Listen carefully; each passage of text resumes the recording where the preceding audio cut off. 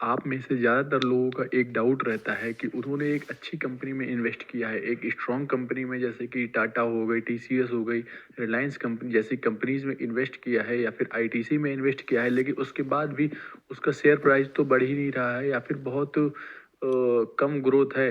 तो आज की वीडियो इसी पे बेस्ड है कि अगर सारे कैश फ्लो, प्रॉफिट वगैरह सब कुछ अच्छा होने के बाद भी शेयर प्राइस क्यों नहीं बढ़ता है।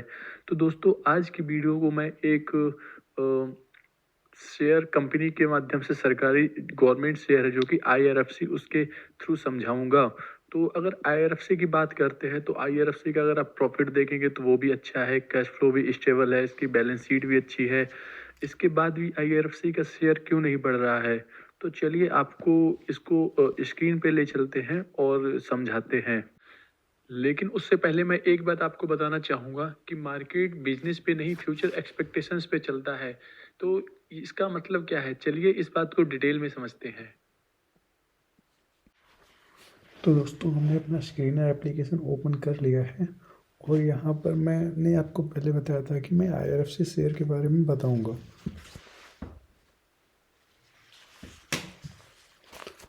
तो चलिए आईआरएफसी शेयर को ओपन कर लेते हैं।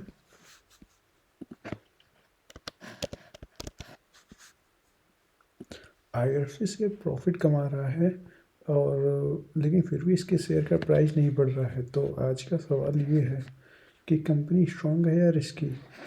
तो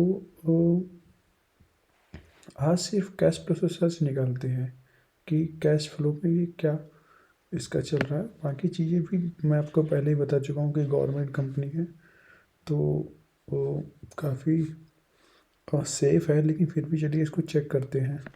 तो चलिए कैश फ्लो को ओपन करते हैं। यहाँ पे मैंने आपको कल कैश फ्लो देखना सिखाया था कि 3 तरह से कैश फ्लो को देख सकते हैं। Cash flow from operating activity, cash flow from investing activity, cash flow from financing activity. तो यहाँ पे जो ये माइनस दिख रहा है कि यहाँ पे ये आके काफ़ी लोग कंफ्यूज हो जाते हैं कि भाई ये तो कैश फ्लो तो आपने बताया था कि पॉजिटिव में, और ज़्यादातर लोग समझते हैं कि कैश फ्लो पॉजिटिव में होना चाहिए। लेकिन आईआरएफसी का जो काम है आपको समझना होगा कि इसका काम लोन देना है। तो ये एक पॉजिटिव साइन है कि यहाँ पे अगर इसका माइनस दिख रहा है तो इसका इतना ज़्यादा पैसा इसने लोन दे रखा है। ये कंपनी लोन दे के इंटरेस्ट पे पैसा कमाती है। और अगर आप इस पे देखेंगे तो इस पे लोन भी ऑलरेडी बहुत ज़्यादा होगा। अगर इस पे बोरोइंग्स देखें तो आपको दिख रहा होगा कि लगभग 4 लाख करोड़ की का 4 लाख करोड़ की बोरोइंग्स है। मतलब कम इसका मेनली काम ही यही है कि सस्ता पैसा उठा के और महंगे इंटरेस्ट पे लोन देना। तो इसी से इसकी इनकम होती है। तो अच्छा, दूसरी चीज़ जो कैश फ्लो में देख रहे थे वो एक मिनट ये रहा, हाँ, cash flow from investing activity. तो जो ये है ये भी अपना नॉर्मल दिख रहा है। एक मिनट, ये यहाँ पे आपको दिख रहा होगा कहीं कहीं भी माइनस। ये माइनस होना बुरा नहीं होता है। ये ट्रेड्स को, वैगन्स को, इंफ्रा प्रोडक्ट्स को लोन दे रही है। मतलब कंपनी फ्यूचर के लिए पैसा लगा रही है, इन्वेस्ट कर रही है ना। तो ये लॉन्ग टर्म के लिए एक बहुत ही पॉजिटिव साइन है।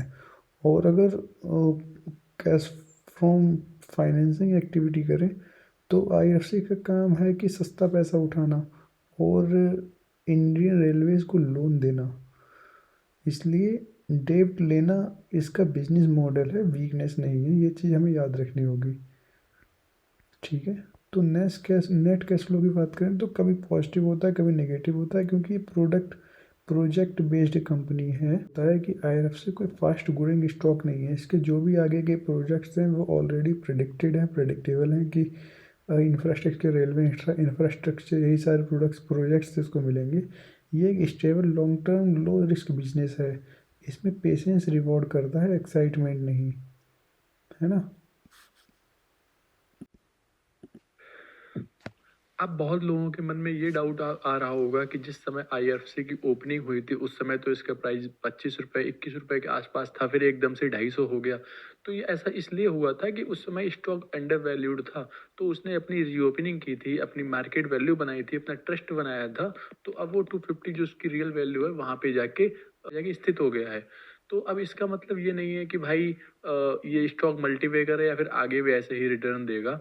हालांकि स्टॉक बहुत कंपनी बहुत स्ट्रांग है, सेफ है और आपका पैसा बिल्कुल एकदम सुरक्षित है, लेकिन जो स्टॉक का प्राइस है वो स्ट्रांग कंपनी के बिहाफ पे नहीं चलता है। स्टॉक का प्राइस फ्यूचर एक्सपेक्टेशंस के हिसाब पे चलता है। तो आज की वीडियो से इतना तो समझ ही गए होंगे आप कि कंपनी गलत नहीं होती है, हमारी एक्सपेक्टेशंस गलत होती हैं कि हम किस कंपनी से क्या एक्सपेक्ट कर रहे हैं। जैसे कि आप सोचो कि एफडी से आपको अच्छा खासा 50% का या 60% का रिटर्न मिल जाए, लेकिन अगर रिटर्न अच्छा होगा तो रिस्क भी तो उतना ही ज़्यादा होगा।